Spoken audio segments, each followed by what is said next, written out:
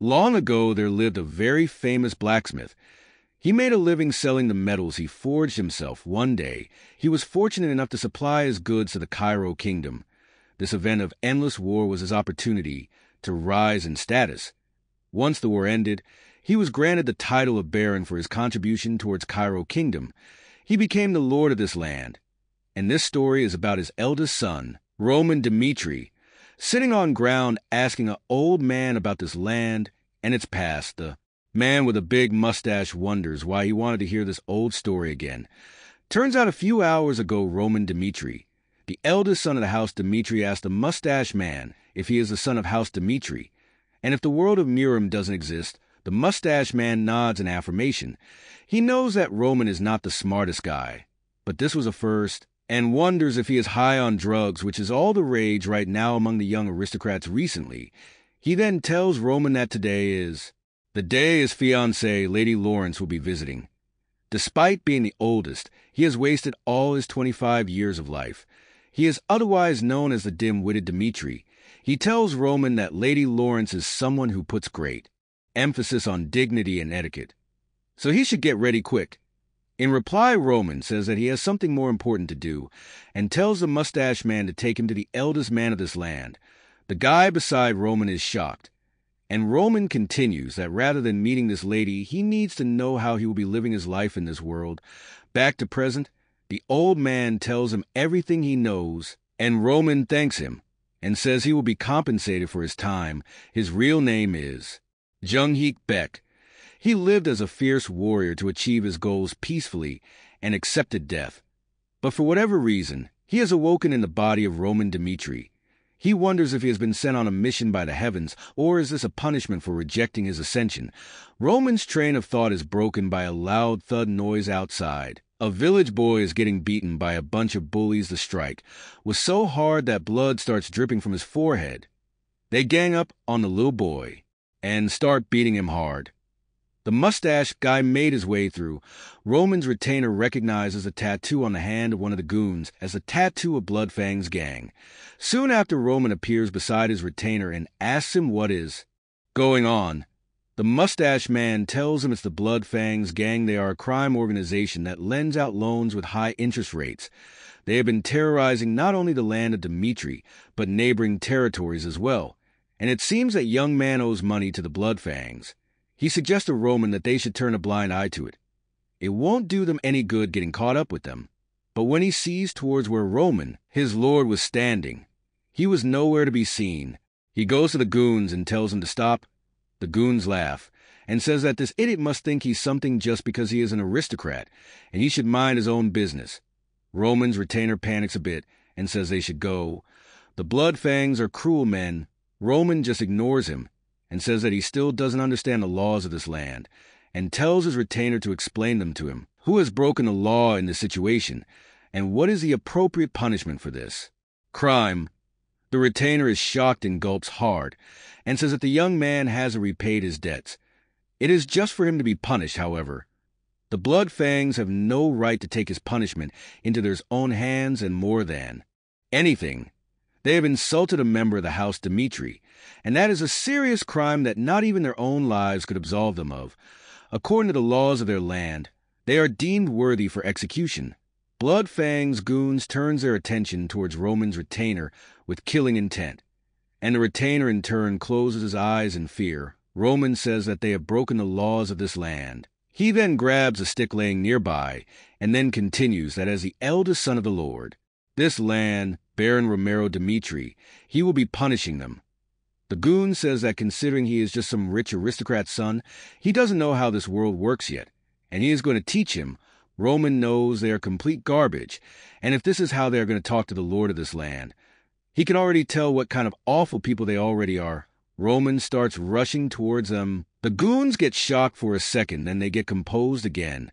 The baldy tries to strike with his dagger at Roman, but it was already too late. Roman uses that stick to completely pierce through his neck. John Wick style, blood starts dripping. Clenching his neck, Baldy falls to his knees, and the other two lackeys are shocked at how this waste of space can move like that. Other goons start rushing at him. The one with sword tries to attack, But Roman dodges his advances swiftly and goes behind him and stabs his stomach. Roman's retainer is shocked at this scene and wonders what is going on. Is he really that Roman Dmitri? Bro, is that stick made of steel or what? Roman remembers the time when he opened his eyes. The first thing he saw was a will that Roman had written next to a cup of poison on the floor. The kingdom of Cairo was a dangerous place, constantly at danger of war, and all the aristocrat houses were required to send a member of their family to serve in the national defense for 2 years. Being chosen as the one to represent House Dmitri, Roman was overwhelmed with fear and ultimately ended his life. What a wretched life, but regardless of what kind of life he lived, he is the one who took charge of this body now. He is Jung-Heek-Baek, the demon overlord who united Murim. Now that he has taken over this body, he will live by his own rules. With a swift movement of his hand, all the red sauce on his stick drops to ground. He is drenched in tomato sauce. The last goon, who was cowering in fear, starts running, shouting. Roman is a monster. Roman grabs the pineapple head. The goons drops to his knees. To bring order to any group, the law must be abided by. He will not take his life this time, but he still needs to pay for running that mouth of his. Soon after, he screams in pain, his eyes bloodshot, blood dripping everywhere. The sight was so gruesome that even the onlookers were shocked. Through his overwhelming power, he had become the strongest individual in all of Murim. Hundreds of thousands of warriors went against him, and all ended up facing death. Their blood had gathered and flowed into a river, and that is when the people of Murim accepted that this demon had successfully conquered Murim. But now he is reduced to disposing of these average street thugs. All it took was a few hits, and then he says to his retainer, Hans, that he should contact the security brigade and have them send their men to clean this up. Hans was shocked seeing all this, seeing his waste of space lord. The lord who wasted all his life doing nothing. Not even once he held a sword, and now he killed all these men with a stick. With an audible gulp, he shouts, "Yes, my lord," and rushes out of there. For Jung-Baek in this body of Roman is truly worthless sack of meat. Not only does it severely lack energy, but it just doesn't know how to cycle it. He will need to gather more information and get this body back into shape. Somebody from behind call out, "My lord," and thanks Roman for helping him. Roman tells him that he shouldn't get the wrong idea. He was not trying to help him. All he did was punish the blood fangs who broke the law, and it also does not exempt him from his responsibilities either. And he should explain what happened to him without lying to Roman, or else he will have his tongue. He gulps hard and tells Roman how his parents borrowed money from the blood fangs to buy land to farm on, and if they had harvested their crops regularly, they could have paid them back easily. But the blood fangs lackeys made sure they wouldn't be able to pay them back by destroying all of their crops, only later to find out that they did all this because they wanted to take his younger sister. In anger, the boy fell to his knees crying and shouting that it's just not fair. They may not have much money, but they never harm anyone else. With glare of determination, he begs the Roman to help his dear little sister. Roman recognizes that gaze. His gaze reminds him of the demon of lunacy, one of the heavenly guardians. He had that encounter in a rough environment like this as well. And then he asks the boy for his name. The redhead tells him that his name is Kevin. He tells Kevin that he will be sure to find out if he is lying or not, and this incident will be dealt with properly. Roman gets a gut feeling that he will be seeing this boy a lot more in the future. A wagon is making its way towards the land of Dmitri, and inside of it is Lady Flora, fiancée of Roman Dmitri. A month ago, she found out that her marriage has been arranged with House Dmitri. Because their territory isn't doing so well, her father made the arrangements for her daughter to marry House Dmitri. This was the only way he can get themselves out of the situation. Flora can't believe that her father is going to just sell her off like that, and to Roman Dmitri no less, and she will have to spend her rest of life with the family swarming with mine laborers. She tries to say no, but her father apologizes because he hasn't been a better father to her. This is his only choice, and soon after they reach the house of Roman Dmitri. At first she was slated to marry their promising second son of the house Dmitri, but now even that's out the window, all because of their eldest son Roman Dmitri. He begged her father to marry her, the dim-witted son of House Dmitri, obsessed with pleasure and luxury. This isn't right, and she is going to make herself clear today. And mustering all her courage, she turns around and says that she would prefer that they cancel this arranged marriage. And then something happens which she wasn't expecting at all. Roman agrees with her. She gets dumbfounded, her mouth agape, her brain stops braining. After a few seconds, she regains her composure, and Roman continues that he also have heard about the conditions of this marriage. And he believes that the dim-witted Dmitri, is not an appropriate spouse for a lady like her.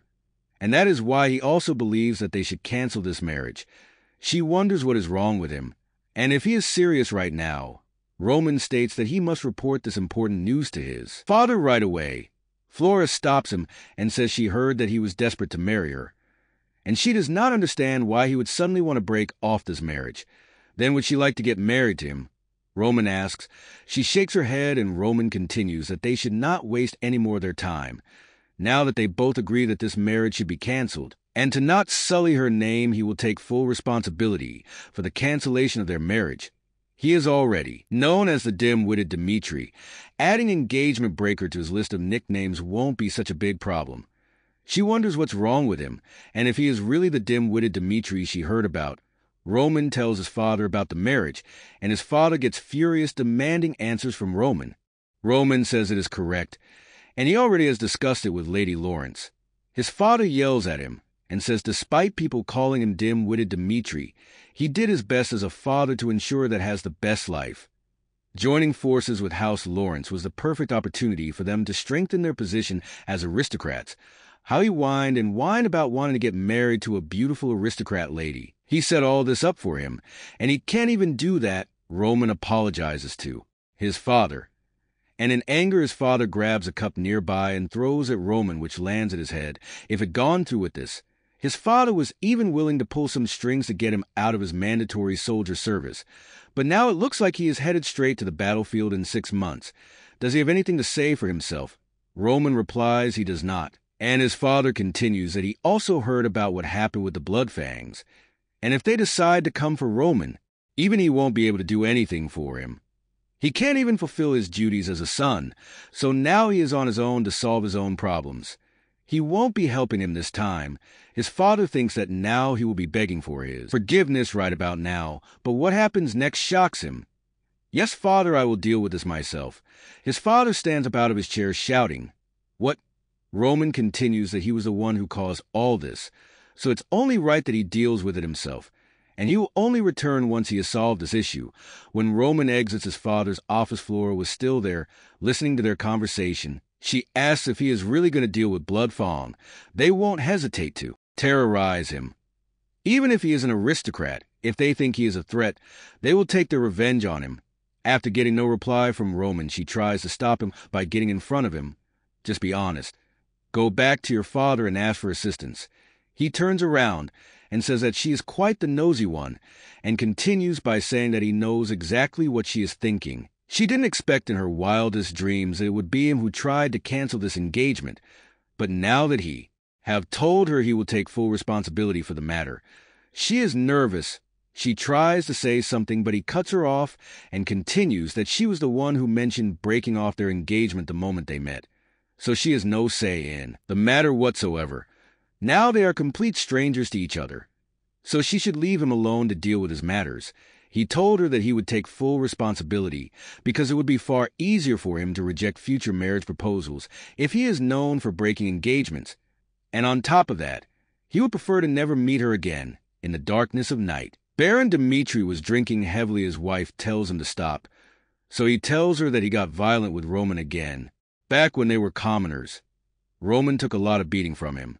So once they became aristocrats, he vowed that he would never let Roman experience that ever again. She assures him that he has raised his children well. He then says, while that is true, but what about Roman? He is the only one who suffered through their life of poverty, and he has no idea what to do about him. Wife in turn says that he shouldn't be so hard on himself. No one is perfect when it comes to raising children, but as parents, they are the only one who can help their children flourish. And she is sure that Roman only said in the heat of the moment that he would take care of Bloodfangs by himself because of how prideful he is, and why don't he have Captain Jonathan help Roman? Romero Dmitri agrees with his wife and tells a servant to summon the captain. Next day, Roman is walking down the stone road and Hans is behind him, telling him how dangerous it is to leave the house alone. The Blood Fangs might be out for revenge. Roman asks Hans when does he think the Blood Fangs grew to have such powerful influence. Hans replies that he is not too sure. Roman continues that the Blood Fangs went to battle with a similar rival organization and brutally killed them all. That's when they got their reputation for being evil. Infamy breeds fear, and fear gives them free rein to do whatever they want. They go to a restaurant and order some food, and Roman tells him to stay here and eat, and he will be right back. Hans asks Roman where he is going, and he tells him that it will be dangerous, so he will look into this by himself. Hans tries to stop him, and says even if it means putting himself in danger, he cannot let Roman go alone. Roman gets shocked a bit and then asks him if he is loyal to him. Hans replies that, of course, he is his servant after all. So Roman adds that then he should stay here. He has done enough by coming out with him today. After saying this, Roman leaves. Hans is moved by his words, but soon he rushes out to report this. From what he has gathered about the Blood Fangs these past few days, he has come to realize that they are not all that powerful. All of the members of the organization operate separately, making them hard to catch. If they can't be dealt with all at once, there is fear of backlash from the rest of the members, which leads to no one attempting to catch them in the first place. If he can't find them here, then he just have to let them find him. Today is the training day for Dimitri's soldiers, so there will be less guards around than usual. So if they are planning their revenge, today is the best day. When Roman turns in an alley, someone behind him draws his blade and rushes towards him. Meanwhile, Hans has made his way towards the barracks of House Dimitri, and he shouts for Captain Jonathan. He asks what happened. Hans, out of breath, takes some deep breaths and tells him about Roman going alone for Blood Fangs. Roman slides to the side and grabs his dagger while elbows him in the chest. The dude in hood just coughs in pain. Roman twists his hand, which makes him drop his sword. Roman catches it in midair and stabs it in his neck. The other two are in shock and wonders if he is the same guy they heard about. Knife in hand, Roman urges them to come at him. Meanwhile, Hans tells Captain of the Brigade how Roman left the house without any guards and is probably off to go fight with the Blood Fangs. They look at each other and starts laughing about the ridiculousness of the story. When Hans says it's serious, Captain remembers how Romero Dimitri told him about Roman getting in trouble with Blood Fangs. Captain orders his knights to suit up, and they are leaving. With a worried expression, Captain thinks that if what Hans has told him is true, then that dimwit has already dug his grave. Back to Roman. He urges them to come at him. They both start rushing towards Roman, yelling he is about to die. When the first one tries to take Roman's head with his dagger, Roman ducks down and stabs his dagger in his stomach. The other one was about to hit Roman, but Roman jumps and kicks him in his stomach. Baldy slides for some distance on the ground. In fear, Baldy starts giving Roman empty threats, and Roman replies that he has already killed two of them, so it doesn't matter. And he should answer every question he asks if he wants to live. And if he doesn't, Roman then stabs his knife in Baldy's thigh. After some time, Roman goes in a bar. The people sitting there are shocked looking at him and wonders what Roman is doing there. The barkeep turns and welcomes Roman in his bar. And after that, he asks what he can get for Roman. Roman orders Tears of Dawn, year 27. Barkeep in turn replies that they don't sell this here, and should he recommend something else to Roman. So Roman asks for the strongest alcohol they have got. He needs to get to work at dawn. Everyone gets serious and looks towards Roman.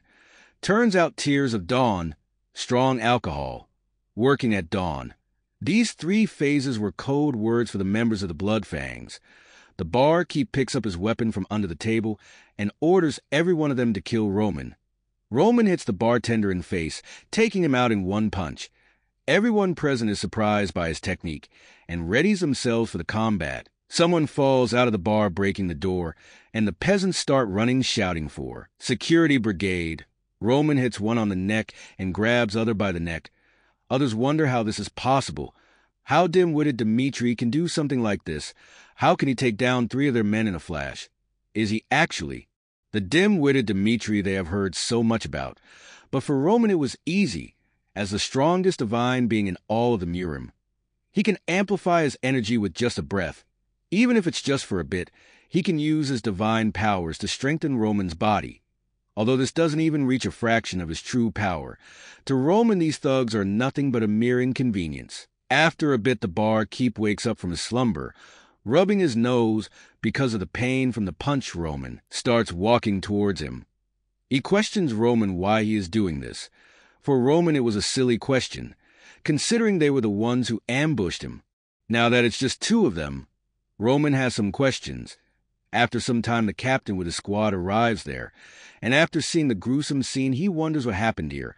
All the men were left dead or unconscious. He wonders if Roman actually did all this.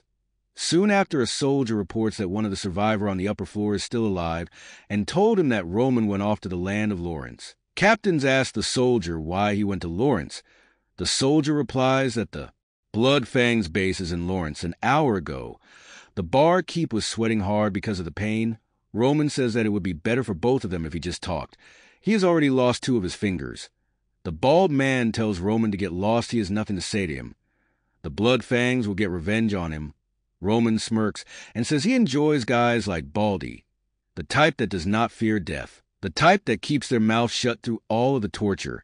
It's because they are the ones with the most valuable information. After saying this, he looks around the room and his gaze falls upon wait a minute, a framed picture in medieval times. He picks it up and asks what if he finds his son and kills him. Hearing this for a moment, Baldy's eyes get bloodshot red. But he composes himself and says that it's not his son. Roman says the boy in the picture looks just like him. Baldy loses his composure once again and shouts at Roman. How dare an aristocrat like himself threaten someone's family like that? Roman says that all of them tried to get revenge on him, even if cost them their lives. But he found out that all of them had enormous debts to the Blood Fangs, and none of them were actually vicious by nature. The Blood Fangs commit all sort of crimes to collect their debts. Even turning the debtor's family into slaves is a normal occurrence. That's the truth behind the Blood Fangs. They drive people into a corner and take their families as hostages, and asks Baldy if he is wrong. The bald man replies that nothing changes just because he knows all of this. Roman asks him to think again long and hard about this. Baldy has a lot on the line here. He is being completely serious when he say he will kill his son. I, Roman Remero Dimitri, swear upon my name that I will find your son and kill him. I will have my knights find him, and I will be sure to kill your son. I will make it slow and painful. Hearing all this, Baldy's eyes become teary.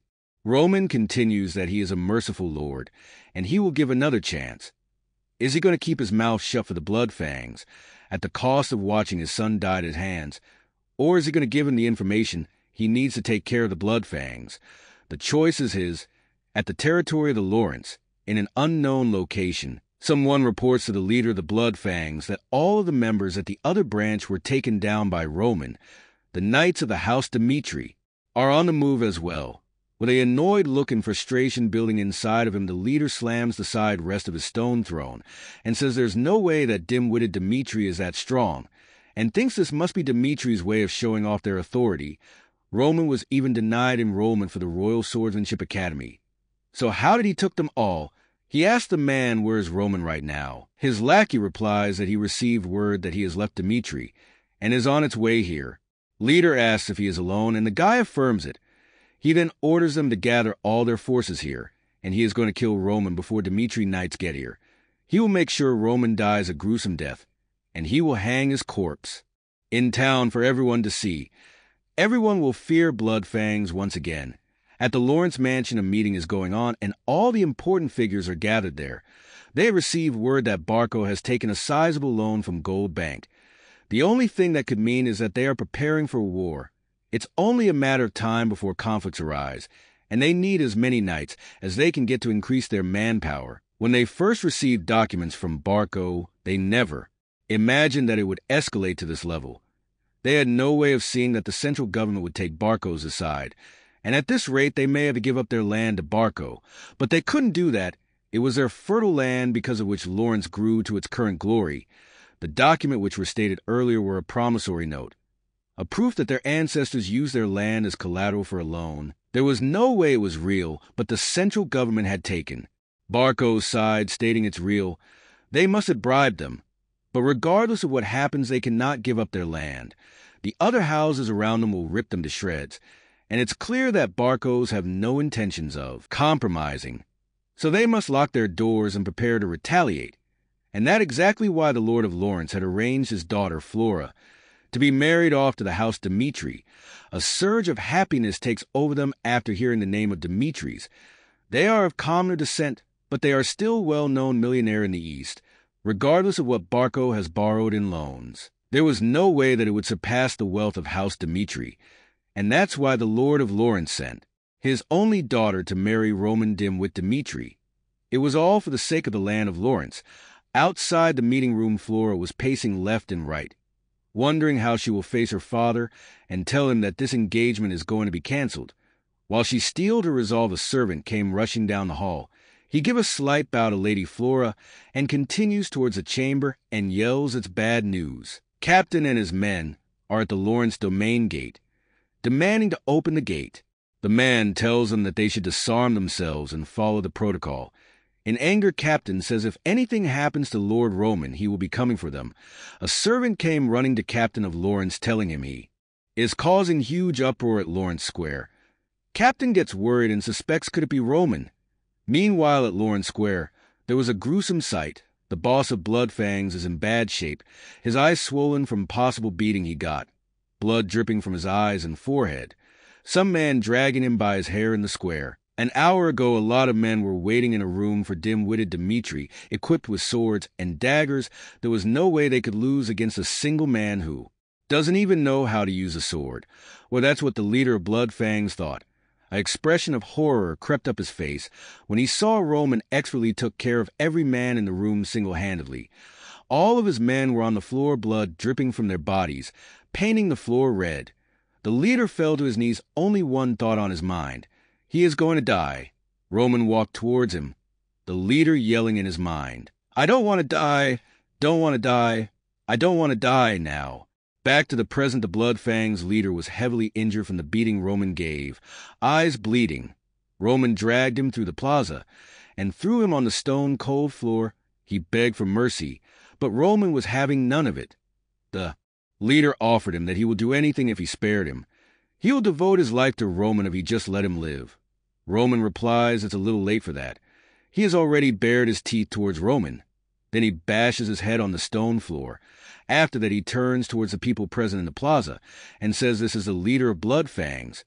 He is sure everybody present here knows how vicious they are. They had spread their evil in the land of Dimitri through their filthy tactics. They have tortured countless citizens. When trying to stop them, they attempted to kill him. It is clear that they are criminals, and today, in front of their eyes, he will eliminate the cause of this terror. Everyone present was shocked. Just then, Captain of Dimitri Brigade came rushing on his horse. He yelled out Roman's name. But just before his eyes, blood splattered everywhere on the stone floor of Lawrence Plaza. Meanwhile, in the Lawrence office hall, a guard was reporting that they allowed Roman entry as he is the fiancé of Lady Flora, but about an hour later Roman was seen dragging an injured man across the Lawrence Square. That man was Ben Miles, the leader of the Bloodfangs, and Roman executed him in front of citizens. Everyone present was shocked, and they wonders if the soldier was really talking about the Roman Dimitri they knew of. Flora's father was bewildered that Roman caught Ben Miles all by himself. But then the man in glasses interjected that he has murdered someone on their land without his permission, and they can't let this slide. For a second he wondered how he should react to this, but then he remembered that Roman, his future son-in-law, took care of the Bloodfangs, and so he orders the guard to bring Roman Dimitri in front of him this instant. Man, when Flora tells him about the engagement, I hope he survives. Soon after, Roman came to the Lawrence castle with the guard, and beside Roman, Captain Jonathan was also there. Seeing Captain Jonathan, the blondie thought that Dimitri Knights did all this. Roman introduces himself and addressed the Viscount with respect. The Viscount tells him to skip the formalities and get to the point, and then he continues and asks Roman what was his reasoning for coming all the way to Lawrence and putting such a grotesque display. Roman says that all this started a few days ago. Bloodfangs were assaulting an innocent citizen of Dimitri, so he executed them on the spot, which made him come to the decision that he could not just let them go. So he ambushed them on their base and killed their leader. The Viscount, with a serious look, asks why does he think he had the right to do this? He has absolutely no authority to execute someone within the territory of the Lawrence. Roman understands that, but he wasn't sure if the people of Lawrence would be able to properly punish the Bloodfangs. The Bloodfangs are a well-known crime ring. They were infamous in Lawrence for committing all sort of crimes. It has been a constant issue. Then the man in glasses yells at Roman. How dare he mock their competence? Captain Johnny is also shocked after hearing Roman say all this. Roman, ignoring them, continues that he is a little disappointed. He thought Viscount would praise him for his efforts. He did all of his dirty work for a problem that has been going on in their territory. After saying all this, Roman asks Viscount Lawrence if he truly believes what he did was wrong. After thinking for a bit, Viscount turns towards a man in glasses and asks him if he knew about Ben Miles. He replies that Ben did had a frightening reputation, but he had no idea he was the leader of the Blood Fangs. So Viscount decides that he will let this matter go and won't pry any further. None of it would have happened if they had taken better care of the issue, and he will be sure to compensate Roman in the near future, and ask them to leave with a thank you and a slight bow. Roman leaves the chamber. When Roman leaves, the Viscount starts laughing loudly. The boy took him for a spin and says so that's Roman Dmitri. Glasses man interjects that they can't let him get away with this, and the Viscount asks him why not. He is going to be Flora's husband. Soon he will be making big decisions in the future, and they need someone with guts like that. He had no idea Roman would be the perfect man for Flora. Then he orders for Flora to be summoned. I hope he doesn't kill her. On the way back to Dmitri Domain, Captain Johnny asks Roman if he really needed to provoke the Viscount like this. They are lucky that they got out of that interaction unscathed. But if he had gotten angry, Roman cuts him mid-sentence and says, Lawrence isn't free of responsibility behind this incident either. All he did was remind them that it was their complacency that made this incident as big as it got in the first place. And it seems Viscount still does not know about how they are planning to cancel the engagement. There is no way he would have punished his daughter's fiancé. Hearing this, Johnny is shocked, thinking he had real intentions behind all of this, and wonders what on earth going on. The person in front of him right now is definitely not Lord Roman he knows. Back when Jung-Heek Wasa kid his father threw him in a cold pit and said that he is the son of the divine demon. If he truly does have what it takes to follow in his footsteps, he will prove his abilities by surviving this. Even if he dies, it means nothing to him, as he has 11 more children, and even if all of them die, he could always make more. The only way to prove his worth is to show his dominance. Some bully starts beating him up. The bully thought Jung-Heek would be different considering he is the son of the divine demon, but he is just an ordinary brat. Jung-Heek gets up and in anger tries to retaliate, but the bully once again puts him in his place. He was at an age where he needed the protection of his parents, but he was left alone to fend for himself in the wilderness, in the Dmitri mansion. Romero Dmitri asks Captain Johnny if Roman actually did all that, with an affirmative nod. Captain tells Romero that Lord Roman has changed quite a bit, and one thing is for certain, he is not the Roman they used to know. Romero being the father of the 3 children, he was always worried about Roman. Out of all his children, he was the only one who wasn't outstanding in anything he did, and he was also the only one who lived through their days of poverty with them. He then remembers how one day Roman came to give him a candy while he was working in the mines. He had told him previously numerous times that it's dangerous in the mine, but with a smile Roman says that he is always working hard. So he came to give him this candy, so he should eat it and come home soon. Romero just wanted Roman to be happy. He always favored him more than the rest. He was always generous with Roman's allowance to make sure people would respect him. He never imagined that would be the start of his downfall. Part of him had given up on Roman, and now Captain Johnny was telling that Roman has changed, and he is the one who took down Bloodfangs. That gave Romero Dmitri some hope. He doesn't care how Roman took care of Bloodfangs. As long as there is something Roman wants to accomplish, he is willing to do anything to support him soon. After there was a knock on the door. The man behind the door announces himself as Roman. With Romero's permission, he enters his office chamber. Looking at Baron Romero's face, Roman can tell he is excited. It's written all over his face. If he tells his father the truth, he is bound to have a completely different opinion about him. But giving him high expectations could mean trouble later on. If he holds back for now, that would give him time to foster his power even more. Roman wonders if he should tell the truth or lie. The latter would be the logical option here. But then he thinks back to when he was getting beaten up by the huge kid. He tried to find something to use as a weapon. As luck would have it, his hand found a rock. He grabs it and smashed it on the forehead of the bully. Blood starts streaming out of his face. The bully screams in pain and drops to the ground, clenching newly opened forehead.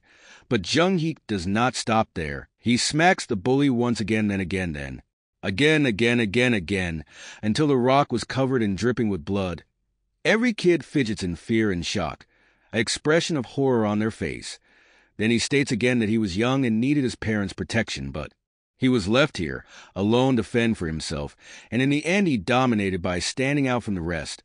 He turns towards other kids and says that he has killed their leader and orders them to tell everyone present in the cave that the very person who smashed their leader's head is him, Jung-Heek. So he tells Romero he took care of Bloodfangs. He refuses to hide his true self. He is a divine demon. Next day at the barracks of House Dimitri's soldiers were doing their routine training. When someone orders them to stop training because the lords have arrived, everyone formed a single line on both sides. They all bowed in respect and said their greetings. A boy looks up, he sees Roman Dimitri, and wonders what he is doing on the training grounds. Captain Jonathan turns around and tells them that from today onwards Lord Roman will be joining swordsmanship training. Whoever wants to spar with him can come forward, but no one wants to spar with Roman. And the boy from before is baffled at the captain's suggestion to spar with this dimwit. An hour ago when Roman told his father that he took care of the Bloodfangs, the only question his father asked was how did he fought them. Roman knows he needs to give him a reasonable answer so that he doesn't get suspicious, so lies, saying he had been practicing his swordsmanship in the secret. His father asks why did Roman hid it from him. Roman replies because if he knew he was doing this he would have supported him in any way he could. Roman had been living selfishly all his life. He is known as the dim-witted Dimitri, so he wanted to show him that he could do something on his own, but Romero wasn't buying it. He then asked Roman how he took on the Bloodfangs solely through training on his own. So Roman told him that the Bloodfangs were able to stay active through giving out private loans and threatening, and blackmailing the citizens who borrowed money from them. So he realized that he could dismantle them if he could get rid of their leader. So by giving them false information, he was able to lure Ben Miles and ambush him. Romero was shocked that Roman was able to lure the leader of Bloodfangs. Roman continues that the Bloodfangs have no problem coming after aristocrats that they deem easy targets, and that is why he used himself as bait. Romero shouted that it's so dangerous, what if they came after him for revenge? Roman interjected, this group was only formed of people who were being threatened and blackmailed, and once given the opportunity of freedom, there was no way they would risk their lives for their leader. Romero went into deep thought. His son had made calculated decisions and carefully planned all of this, and even had the guts to put those plans into action. Words can't even express how brave a feat that is, and he did all this all by himself. So Romero requested his son to show him his swordsmanship. He wants to see how much his son had changed. So back to present, no one was coming in front to spar with Roman. The blonde boy thinks it wasn't that they were afraid of Roman. Anyone can beat a dimwit like Roman, but if they did lose, they probably would be kicked out of the training. Everyone was on the same page. The captain of the brigade needed someone who could actually beat Roman. It would show Roman's skills while also preserving their dignity as the Dimitri Knights. And if no one is going to volunteer, then he will pick someone by himself. He calls out the blonde boy's name, Chris. This blonde guy is Chris, vice captain of the Dimitri Knights. The first time he met Roman was a year ago. He was on patrol and got a report of a belligerent drunk man in town. When Chris reached the pub, he saw him, the legend himself, Roman Dimitri, drunk, throwing a tantrum. He throws a bottle at the owner and demands an answer for daring to talk to him like that. Chris asks Roman to calm down and grabs his hand, but what happens next, Chris wasn't expecting that. A slap across his cheek. How dare a lowly knight like Chris lay a hand on him, was his reasoning. The moment Roman slapped his face, Chris knew that he had never trained for battle. He didn't even have half the strength of the average man. He was truly pathetic. He couldn't even believe a brat like this is the son of a baron. In his heart, he truly believed that he'd be better off dead. And now he has to spar with him. Chris was shocked. He tried to stop his captain, that he is not the right person for this duel. What Captain told him next shocked Chris even more. He told him that Roman is a highly skilled swordsman who took down Bloodfangs on his own, and he needs him to spar with Roman to make it fair. So there they were in the arena in front of each other, eyes locked. But Captain tells him to stop for a moment and tries to put some conditions, but Chris interjects and says he was taught that regardless of the circumstances, whenever there are two blades going against each other, he should always give his all. He has no intentions of holding back. No matter who his opponent is, if His Grace, Lord Roman, is okay with this, he will gladly take the honor of sparring with him. Chris still believes that this dim wit could never take down Bloodfangs on his own, even in his wildest dreams. And this is going to be his chance to really put Roman in his place. Captain turns towards the Baron, and he shakes his head on affirmative. After giving his permission, Baron Romero turns towards Roman, who smirked a bit. Seeing him laugh, Chris gulps, and soon their duel starts. Chris, taking this seriously, rushes towards Roman. He strikes at full strength, but Roman blocks it with his sword. Everyone gets surprised at the swift movement of Roman. Chris was also surprised and wonders how Roman can block his attack, and how he has such force in his counterattack. His defense stance was firm. There was no way this was just a coincidence. Roman is better than Chris had expected, and in this moment the only thing Chris wanted was to beat him to the ground. Once again, Chris rushes towards Roman, a serious glare in his eyes, but his sword again was blocked by Roman. Chris then sidesteps and goes behind Roman, thinking it's over for him, and takes a horizontal slash at Roman from behind. Roman ducks down, so Chris tries to fall back, but Roman strikes at his face. Chris barely dodges it, his hair flying in the air. Chris proceeds to fall back. This could have been bad for him.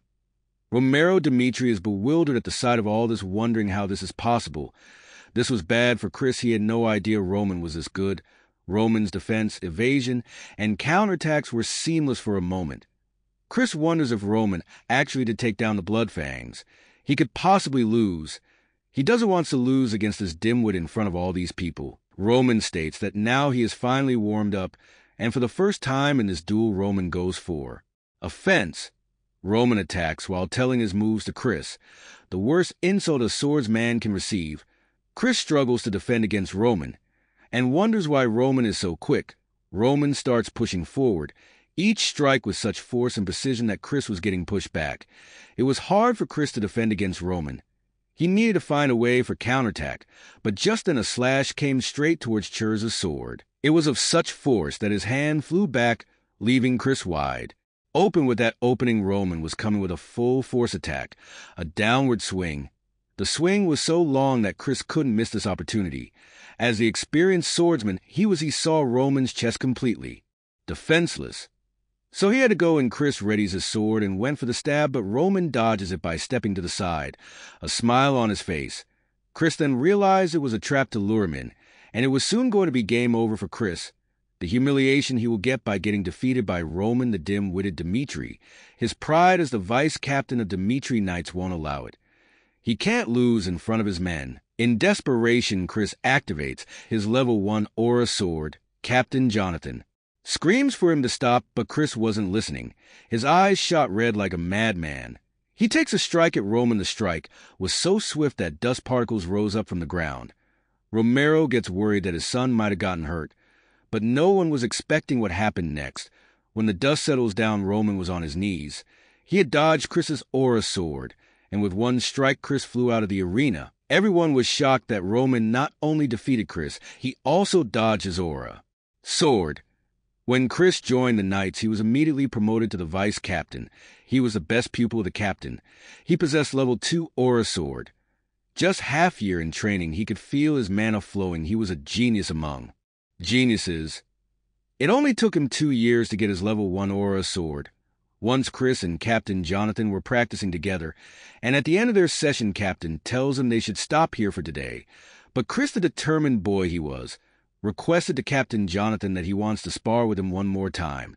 Hearing this, Captain was amazed. Not only did he have amazing talent, but he also had the drive for improving as well. No doubt Chris was a prodigy, and in front of their eyes, that same prodigy was in air, falling towards the ground. If they haven't seen it with their eyes, they wouldn't have believed it. Romero was shocked. His brain stopped braining. Looking for answers, he turns towards Captain, asking what happened here. Didn't Chris possess level 2 aura sword? Cap Johnny was also shocked just a month ago Roman was just some dimwit, belligerent drunk. This level of skill isn't something that can be fostered in just a year or two. This would require decades of refinement. There's no way he had learned all of this in such a short amount of time. To reply Romero's question, he tells him not be alarmed by what he is about to say, but he believes that Lord Roman is a prodigy, Roman looking down on Chris as he lays on the ground. Roman thinks Chris knows how to corner an opponent through his offenses, and he is incredibly quick to catch on to the overall flow of the battle. Chris could easily take on all of the Blood Fangs on his own. Roman could see why Jonathan had put Chris up as his opponent. By the standards of this world, he is quite a skilled warrior. But by Roman standards, he was terrible. Even the lowest-ranking warriors of the Academy in Murim would be stronger than this. He was a little surprised by his last act. His train of thoughts were broken by a loud laugh. It was Romero Dimitri laughing out loud, beaming with happiness. He can't believe his son is a swordsmanship prodigy, so he asks Captain if he is sure of this. Cap replies that there's no other way to explain Lord Roman's development of skill. He apologizes for not having realized his true potential sooner. Hearing this, a huge smile again crept up on his face. He hasn't been this happy in a long time. So he wants to applaud him for accomplishing something all on his own, and he must be rewarded for his efforts, so he can ask for anything he wants. Roman smirks and said that he told him that he would have to leave for battlefield in 6 months. Romero asks if he wants to get out of his mandatory enlisting. Of course he would. Who would join an army in times of war. But what he heard next was not what he was expecting. Roman denies. He wants his father to give him permission to select knights who will join him. Romero was shocked, a bead of sweat falling down his cheek. He says that Roman still has time if he can work things out with Lady Flora. It will be all right. But Roman interjects that he will go. Romero was confused. Feeling defeated, he gave his permission to select the knights he wants. And if he continues to show him what he saw today, he will do anything to help Roman out. Churs was on ground unconscious. When he woke up, he learned that Roman wants Chris to teach him how to use aura. Captain tells him it's a direct order from Lord Romero, and he can't deny it. Chris lost to him. He even used his aura sword, but Roman counterattacked and left him unconscious. Until now, just that fact makes him want to die. And now that same guy who wants Chris to teach him how to use aura, he would rather get executed for defying Lord Romero's order than do this. So Captain proposes to him that if he teaches Lord Roman and came back to him, he would teach Chris his secret technique, which he has been putting off until now. So Chris agrees. Hans congratulates him for winning against an opponent who possessed level 2 aura sword. Roman asks Hans if he knows what an aura is. Hans isn't so sure about it, but he believes it's an ability that requires mana. Now Roman knows the power Chris displayed today was called mana here, but it was most definitely a spurt of energy. However, it's used differently compared to how they use it in Murim. This thing that they call auras here is just so sloppy and inefficient, and is just waste of energy. So then Roman smirks and says you should leave some feedback, and do tell me if you want part 2.